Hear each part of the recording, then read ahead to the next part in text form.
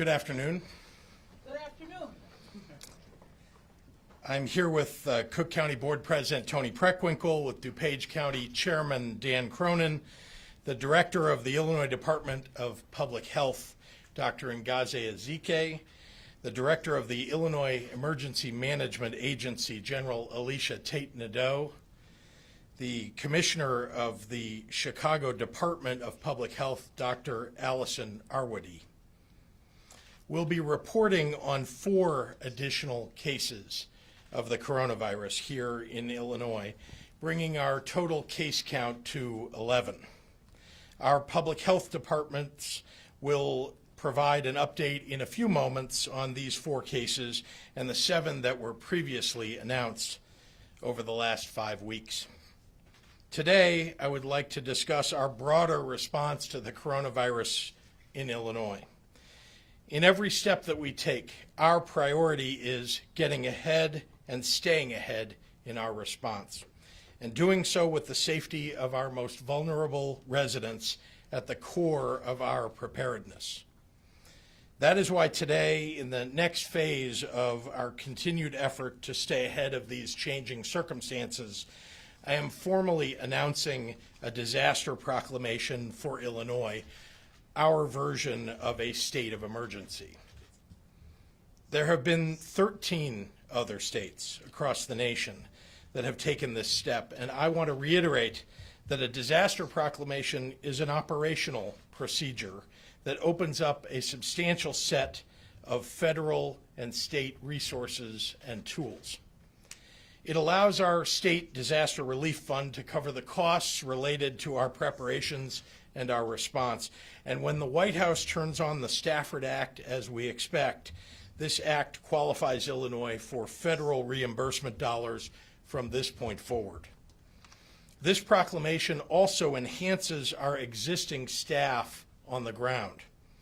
It allows us to assemble and to deploy mobile support teams of first responders and public health officials to address new issues as they arise. And it allows us to request additional medical experts and on-the-ground support from federal agencies like the CDC and FEMA.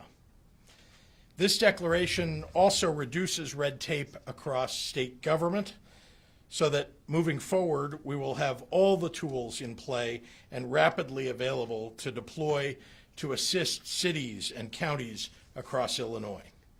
It strengthens the ability of IEMA and IDPH to coordinate state resources through the activation of the State Emergency Operations Center, which provides decision makers from every state agency with more formal roles in the deployment of our resources to address coronavirus. Already, we have an interagency strategic planning cell dedicated to ensuring our emergency plans are up to date. The Operations Center fortifies that work. To be clear, this declaration will build on an already robust response that has been developed over many months and is well underway. We have one of the strongest public health systems in the nation, and we were among the first states able to test for COVID-19 because we knew to press for that capability. And now we have 3 testing labs in Chicago, in Springfield, and in Carbondale, all with the ability to run tests. These state labs meet our current need, and we anticipate commercial expansion this week to meet demand for widespread testing.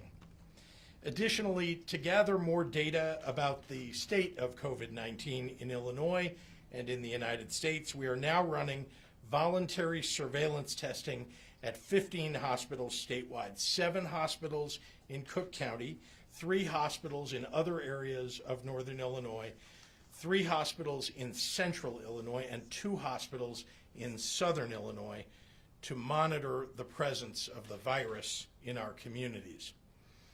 I want to emphasize that this is a statewide response with robust preparations and deployment of resources in southern, central, and northern Illinois.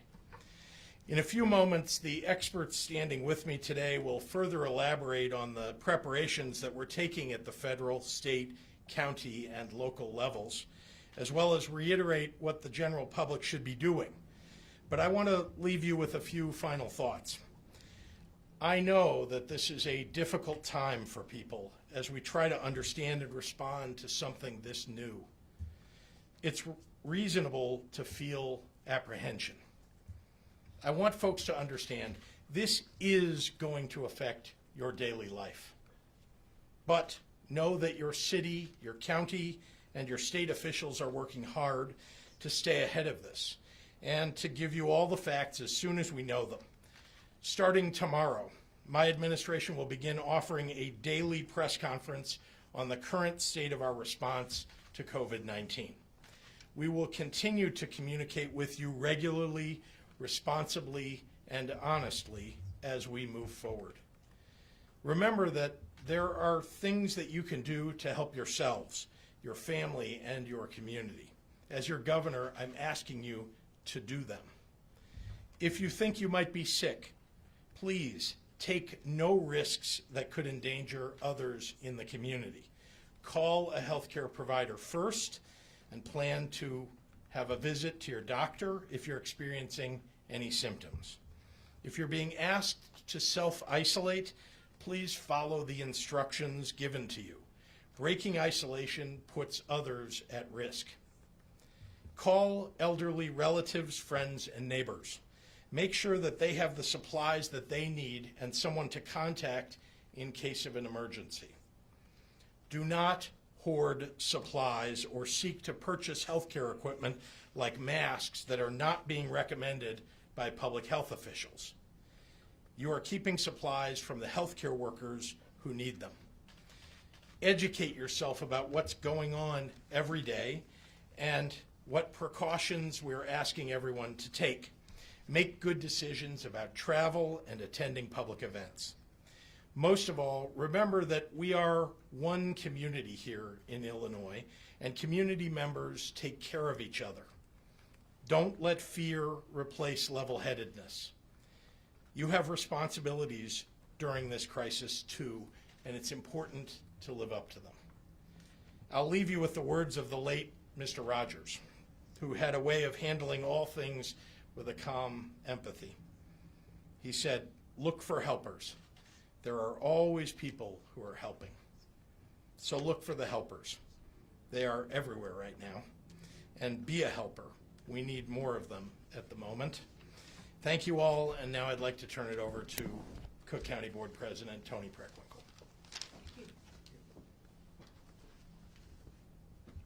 Good afternoon. Good afternoon. What is this? Good afternoon. I'd like to thank Governor Pritzker and his team for their leadership on this issue. I'd like to thank our counterparts at the City of Chicago and DuPage County. Our collaboration is vital as we work to minimize the impact of COVID-19 and ensure the health and well-being of our residents and visitors. I want to acknowledge Dr. Terry Mason, who's head of our Cook County Department of Public Health. Here in Cook County, we're also issuing a declaration to ensure that we maximize the funding and resource opportunities available to our public health leaders as well as our municipalities. These declarations are proactive.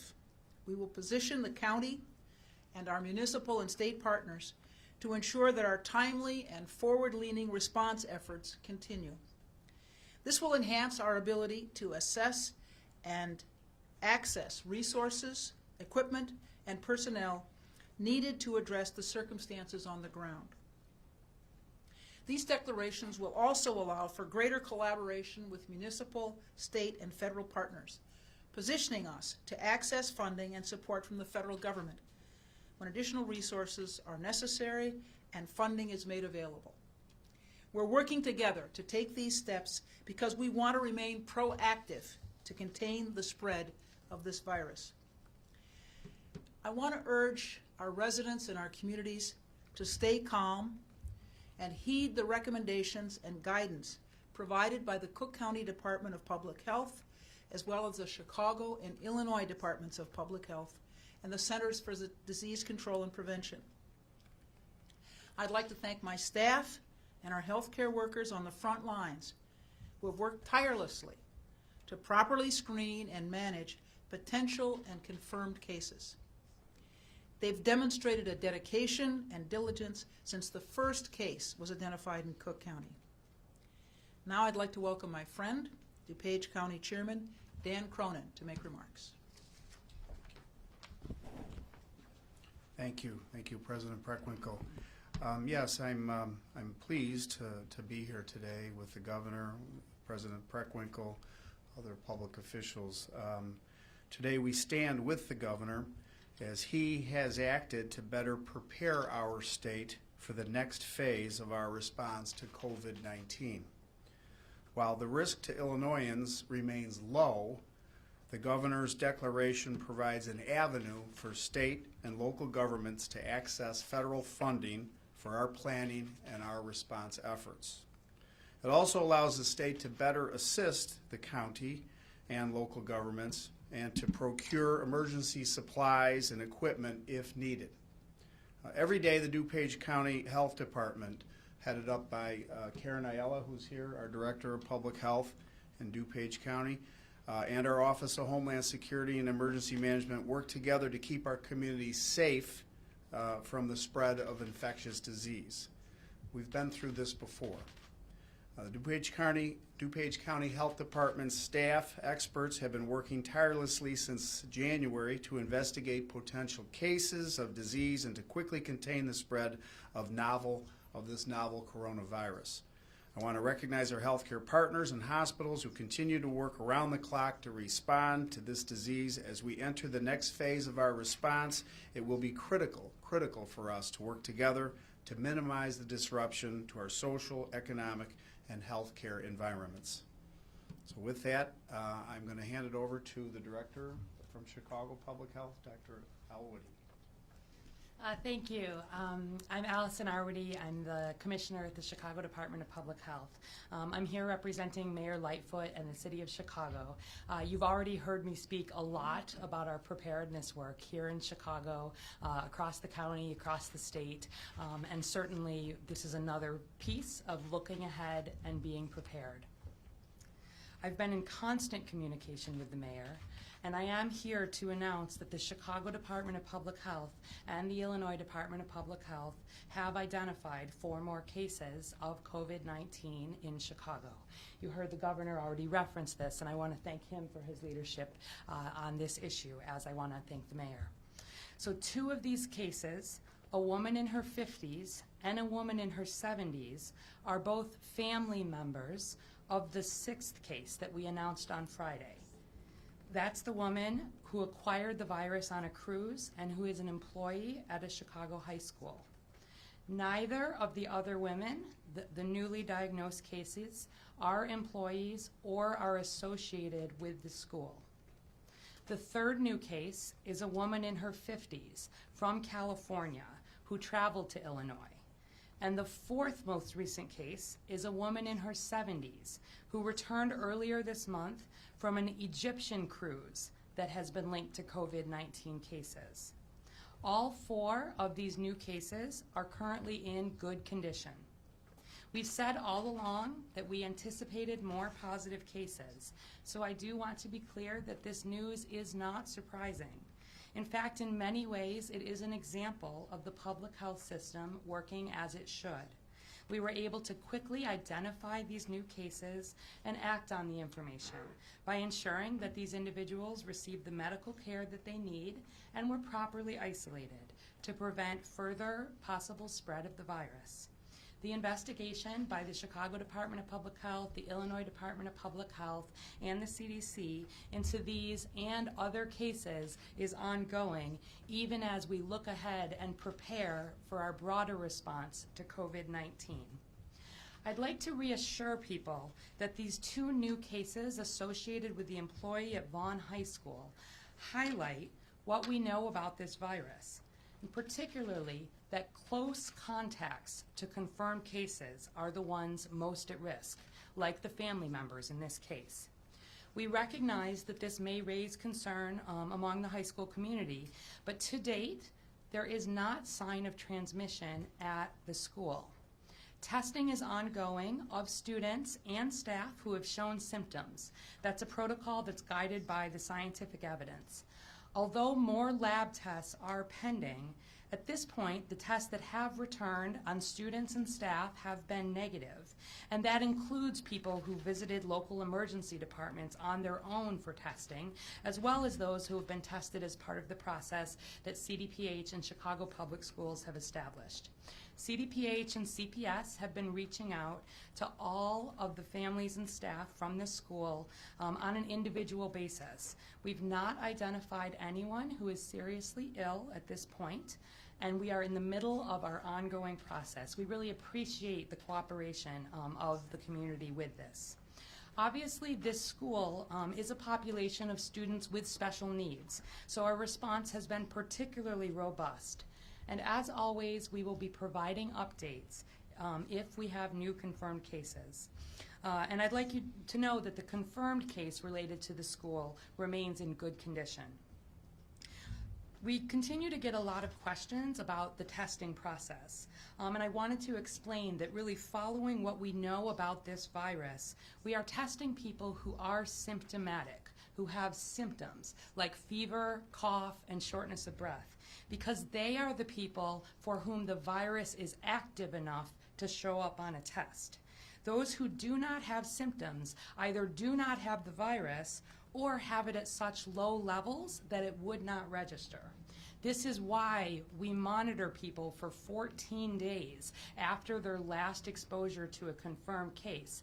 And if they develop symptoms at any point during that 14-day period, we test them at that point, and we will do the same in this investigation. Testing asymptomatic people would not be helpful and could result in false negatives, as in someone could have low levels of the virus, but they're not yet coughing, they're not yet spreading it. They could test negative and later get sick. So I just want to emphasize that, as always, we are following the science on this.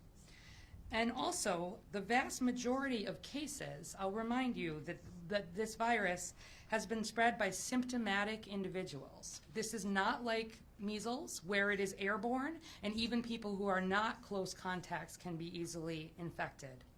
COVID-19 is spread via close contact, defined as someone who was within 6 feet of a confirmed case for 10 minutes.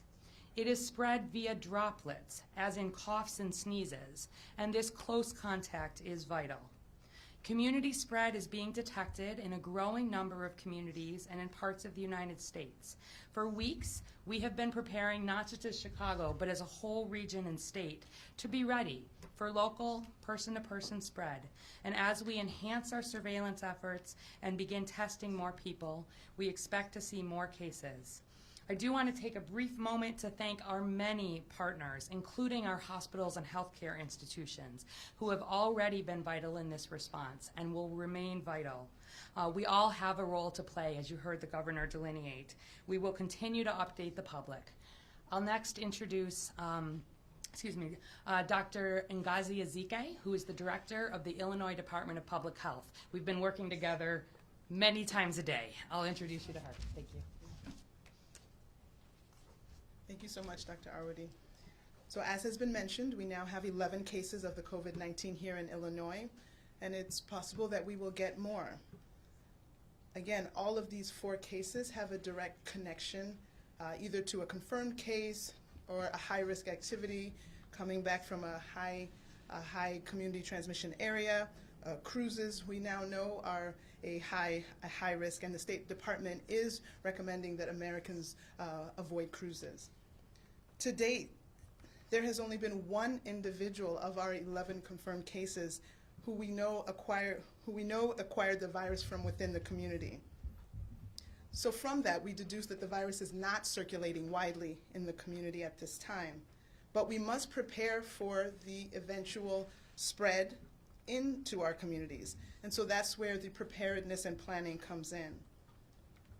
Our 3 IDPH laboratories continue to perform testing for COVID-19 statewide, both for the individuals who are part of the case investigations, as well as samples from the surveillance hospitals that you heard the governor reference. Again, sentinel surveillance involves specimens that have tested negative for flu and that are sent from one of the participating hospitals to the IDPH lab to test for COVID. So far, we've tested upwards of 80 samples and have not had a positive from within those. That surveillance testing will continue. Overall, we've tested 600 plus specimens, and of those have come up with 11 positives. We have received additional reagents and test kits from the CDC, and we're still requesting more. And as you are aware, there are some commercial labs that have come online with this that will assist in this important effort as well. I do want to encourage people to start planning now for what could be if the situation expands. Again, we just rather prepare in advance as opposed to being caught flat-footed. So we want people to start thinking of a situation potentially where you have to travel, where you have to commute by an alternate method than the methods you use now. Where if your child's school closed and you still had to work, what would be your situation? If you are sick and can't go to work, arranging with your employer the leave, the time off. If you're planning a large event, thinking of what would have to be done, should it have to be postponed. Again, these are just things that we want people to be thinking through as preparedness, and not that those things are all being recommended now. Resources to help you plan out these what-ifs can be found on the IDPH website at dph.illinois.gov. As the governor said, the state of Illinois will continue to use every resource and every tool at its disposal to respond to this situation. We will work in lockstep with our local health department and our partners throughout the communities. We will continue to be transparent and open and share any positive results as they come up. And in the meantime, we recommend the continued practice of everyday common sense health actions to help prevent becoming ill and help prevent the spread of germs. Again, staying home while you're ill, disinfecting commonly touched surfaces, coughing into a napkin, all of those measures will help prevent the spread of germs, coronavirus and other germs, influenza. If you haven't had your influenza shot, again, it's an important action that we are still recommending. We want to decrease the disease burden in our state. The less people that have flu, the more resources we will have available for people if they develop the COVID-19 infection. So please continue to follow these important messages, and we will all be better as a result. And with that, I will now turn it over to General Tate Nadeau. Thank you. Thank you, Dr. Ezike. The governor's gubernatorial proclamation puts the full weight of his administration behind the state's response to COVID-19. The State Emergency Operations Center is currently coordinating with key state agencies and federal partners, engaging with our local network of emergency managers, health departments, and elected officials. This allows us to engage with over 56 state agencies and mutual aid partners. IMA is currently working directly with our robust mutual aid network, including the Mutual Aid Box Alarm System, Illinois Law Enforcement Agency, Illinois Medical Emergency Response Teams, and the Illinois Emergency Services Management Association and Illinois Public Works Mutual Aid Network. Our whole government approach allows the state to activate mobile support teams, call on personnel who may have medical backgrounds, such as nurses in schools. We know that many communities have been taxed since mid-February, and some of them earlier. So identifying additional resources will be key in our response. A disaster proclamation also allows us to expedite the purchasing of supplies and other resources needed by our local governments and state agencies. Another key point to this proclamation also allows the agencies to draw on the state's Disaster Response Recovery Fund, which is used to pay for emergency purchases and personnel. Additionally, it allows for potential reimbursement at the state and local level. Currently, funding is being provided through Health and Human Services through Public Health. As it stands, Illinois Emergency Management has representatives embedded in the City of Chicago, Cook County, and O'Hare National Airport to ensure real-time information sharing and coordination response. A state disaster proclamation allows the state to ask the federal government for additional resources should the need arise. We have already tapped into and requested through the Strategic National Stockpile to ensure that we have full equip for over 600,000 N95 masks and 1.2 million gloves and additional personal protective equipment. We have also assembled subject matter experts from throughout the state to focus on significant issues that could arise as we move forward, especially legal authorities, joint information, school health and safety, and the delivery of essential government services. IEMA is working with our counties and local jurisdictions to enhance their emergency operations plans to address unusual needs associated with this event. This includes identifying resources needed to respond, as well as complementing and supplementing emergency management resources at the local level, working very closely with public health. But I also remind the public that they play an important role in supporting our efforts to contain the spread of the virus.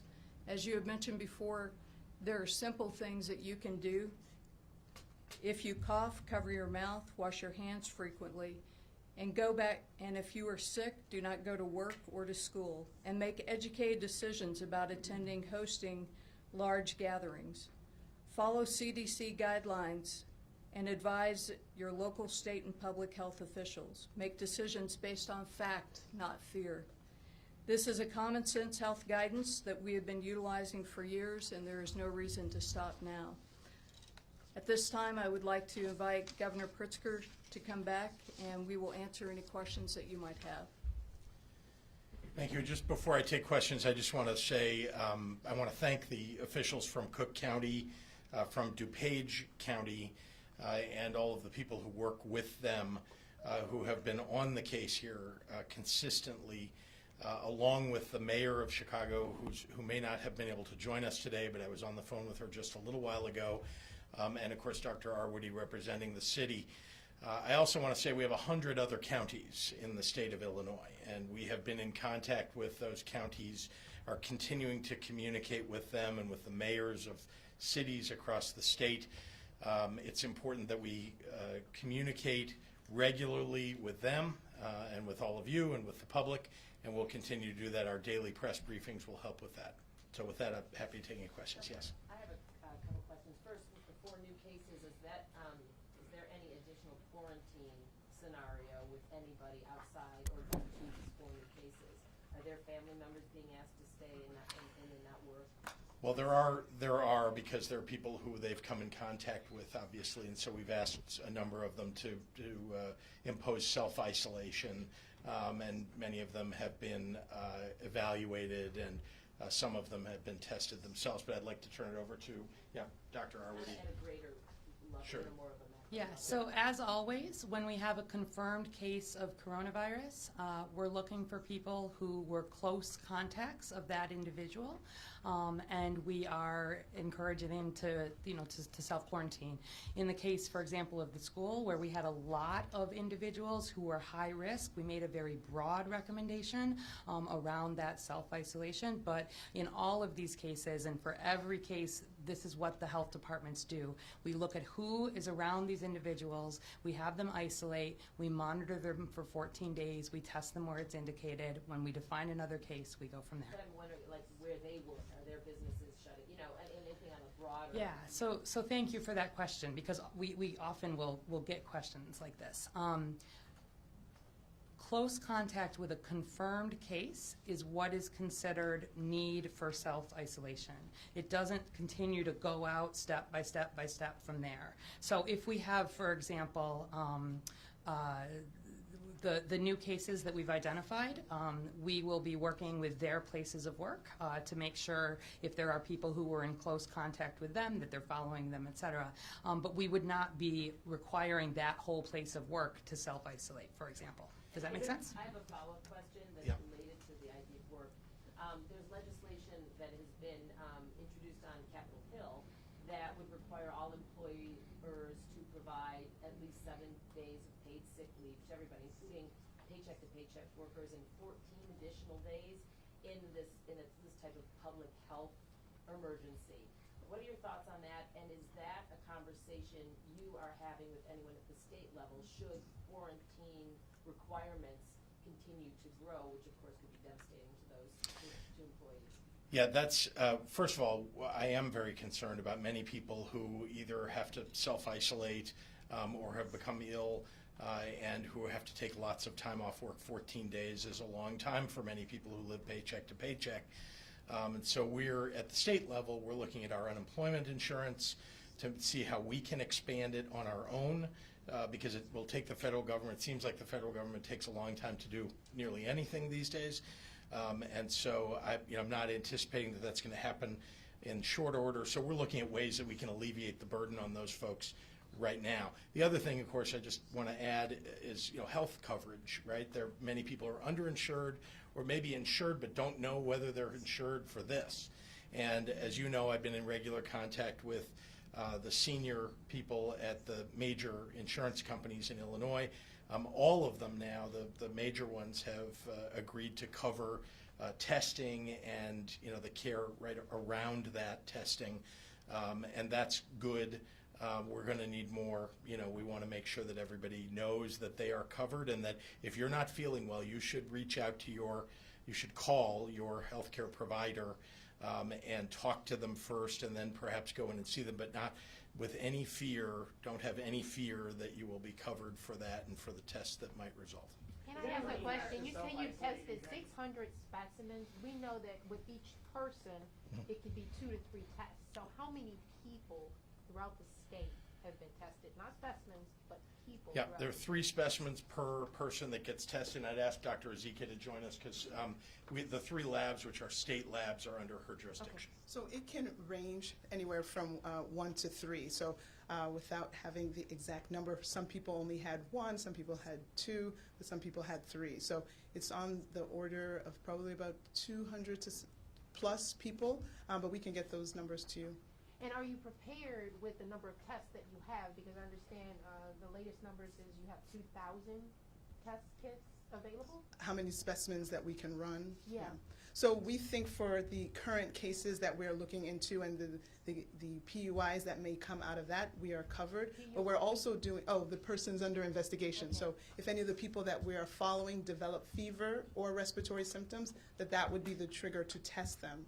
But we're also doing the sentinel surveillance where we're looking for people who are not connected to a case, not connected to travel at one of the level 3 or 2 or not from a cruise. We're also trying to test some of those people. And so that's where this partnership with the commercial labs will be very helpful. I've been already on conversations with some of the medical directors from some of these commercial lab companies. And so we are working through how we can coordinate, public-private partnerships in terms of making sure that more people are tested beyond what the capacity is at the public health lab, while we're still waiting for CDC to send additional reagents, and while we're also working on the development of our own tests. Are you out of reagents right now? We're not out of reagents at this time. Is anyone in Illinois being asked to self-isolate? Is anyone in Illinois being asked to self-isolate in connection with a woman who traveled from O'Hare to St. Louis? And do you know how she got from O'Hare Airport to Union Station? You're talking about the person who was reported to have been on a train? Yes. Is that what you're talking about? Yeah. Is anybody? So that's being handled by Missouri. So is anyone in Illinois, because there's reports that she stayed with a friend here in Chicago? Yeah, so the Missouri Department of Public Health, or whichever the local health department, would be reaching out to all those appropriate contacts, and they will be able to give those exact numbers. But that information will be put into our registry at some point, and so we would be able to know who those persons are. And I would just point out to your question earlier, there's on the website at dph.illinois.gov, we have a running tally of PUIs and the number of people who have been confirmed to have coronavirus and those who are in process of, they've received a preliminary reading of positive, but we've sent the test to CDC for confirmation. So you can see all of that. The statistics of it are being updated, I think, 3 times a week. So we have Monday, Wednesday, and Friday. Is Could you talk about what you mean when you say, when you advise residents to make good decisions about travel and about going to public events? Is there something more specific to tell people? You know, there have been information issuances from the CDC about who should stay home, perhaps not attend these major events. It's mostly been about the elderly, people who have either an underlying condition or are over a certain age. And so if you go to the cdc.gov website or to the dph.illinois.gov website, you can find the information about the advisories that are out there about whether or not you should travel, whether or not you just heard the Dr. Ezike talk about people are being advised not to get on a cruise ship. And there's been discussion about older people traveling, and those advisories are on the websites and available and get updated because, to be frank with you, not everything is known yet, as I think you all know. Even the CDC is updating its own information, and so we're following very closely what the experts are telling us, not just at the CDC, but here in the state of Illinois. But we'll keep on updating as we learn more. Governor, is there a consequence for violating? Was it these last most recent cases which prompted you to issue this declaration, or is it just a constant weighing of facts and options? You know, we've been in preparation for some time to, from way back at the very beginning, in fact, before the beginning of the coronavirus, we were preparing for a situation of an outbreak. When the coronavirus came about, we've been monitoring closely, but we've been ahead of it, I think, at each moment. And so you've seen us make preparations and announce many of those preparations along the way. This is really more of that. It's staying ahead of it, making sure that, as the other states have announced a disaster proclamation or a state of emergency, it allows them to access resources that we haven't yet gotten in line to access. And because we didn't need it at the moment, and that's the prudent thing to do, but we don't need it now, but we may need it in the near future. What we need now is to make sure that we have access to the resources, because we can see from the other states, from the other countries, what's coming. There's going to be an increase in cases. We want to care for those people in every way we can. It's my job to protect people, their health and their safety. And so I felt like not just the 4 cases over the weekend, but just the general trend of cases across the United States, it seemed incumbent upon me to step forward now and have Illinois do everything we can. Governor, do you know how you want to start spending that money at this point? Is the disaster declaration money that we freed up? Do you have specific targets? Is it more treatment centers, more testing? What kind of things do you want to see? Well, right now, the very first thing that we'll do is, and you heard it from General Tate Nadeau, we're going to distribute the hundreds of thousands of masks and other PPE, as they call it, personal protective equipment, to healthcare facilities and others around the state, just to make sure it's in place. It isn't like it's needed today. We want to just make sure it's there, and when it's needed, it will be on site and ready to go. So that's just one thing that we'll be doing. Another, of course, is accessing personnel from the CDC and from elsewhere to be able to bring them in if we need more personnel. We're being very protective of our nursing homes and our veterans homes. Extra careful because, of course, these are older people who are in close proximity, and we've seen in other states there have been challenges there. And we want to make sure that we do everything we can. So this proclamation really allows us to get ahead of that. Governor, is there a consequence for violating the self-quarantine order? And if not, what message do you have to those people who might not take that warning seriously? Well, you heard me say earlier, people are breaching their duty to their communities when they do that. There is no legal consequence today, but I will say that I think people know what they should be doing, and we will be, all of us, I think, on the lookout for people that that should be self-quarantining, self-isolating, and aren't. But to be honest with you, people have been very cooperative in this. Illinois is a special place in that way. People are very decent and honest and honorable. I've seen a lot of that across our state, and so far people are doing the right thing. Governor, are there any specific measures being taken for people in concentrated populations like nursing homes, jails, or prisons? And then also for Dr. Arwady, are there any discussions around canceling St. Patrick's Day celebrations right now? So let me call on Dr. Ezike first, just to answer your first question about nursing homes. So that's a great question, and of course, that's very top of mind in terms of our elderly, maybe have multiple medical conditions, and that population. So we have been working specifically on that, and actually we had a conference call today that's going to be followed up by a webinar on Thursday where we were talking with nursing home and assisted care living administrators throughout the state, telling them that we want heightened screening for the staff that's coming in.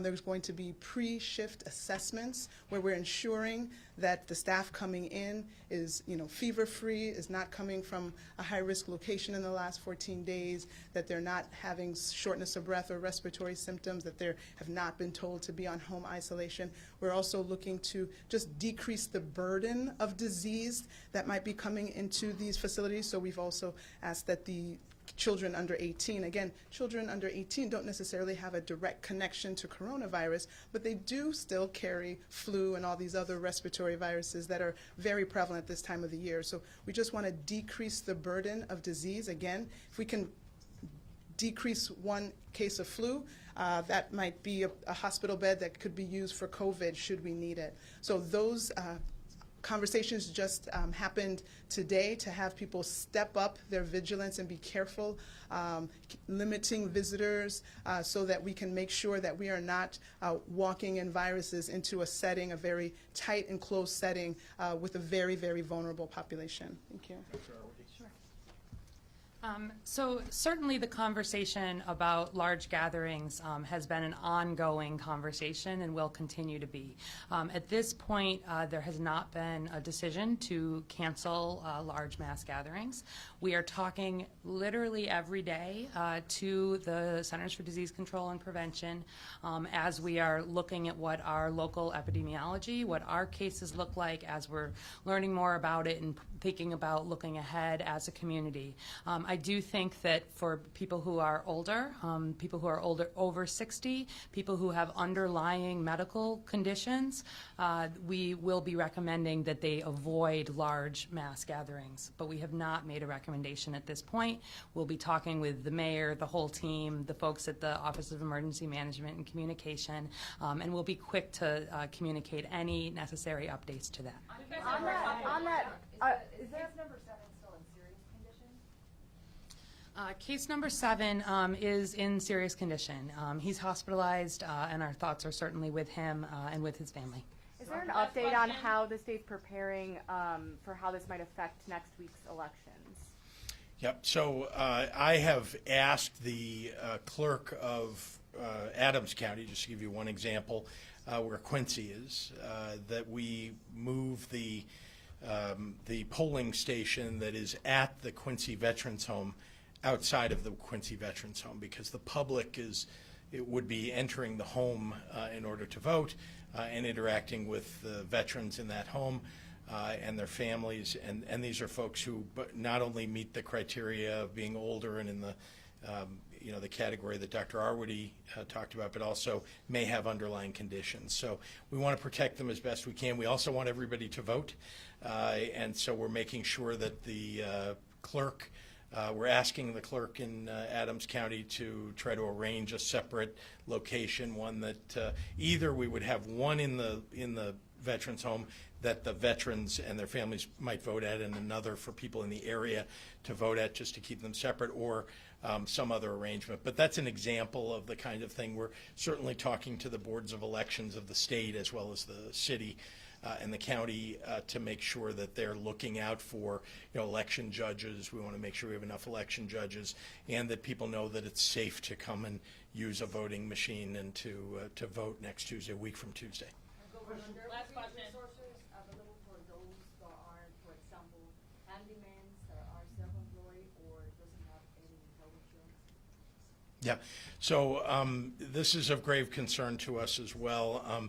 We obviously, people have available to them the ability to call an emergency room and to go to an emergency room, but for those who don't have some regular type of health care, they should they can reach out to our IDPH, that's at dph.hhs.gov. illinois.gov to access resources that would be of assistance to them in both getting tested. We want people to start with testing for the flu and other viruses, and then, if need be, we would of course move on to the other kind of testing, but for coronavirus. But it is of grave concern to us. It's, the challenge is, fortunately, this has not been widespread in terms of the number of people who have coronavirus so far in Illinois. But we anticipate that there will be more people, and these situations will arise. All right, thank you, Yeah. everyone. Thank you. Question for Dr. Arway.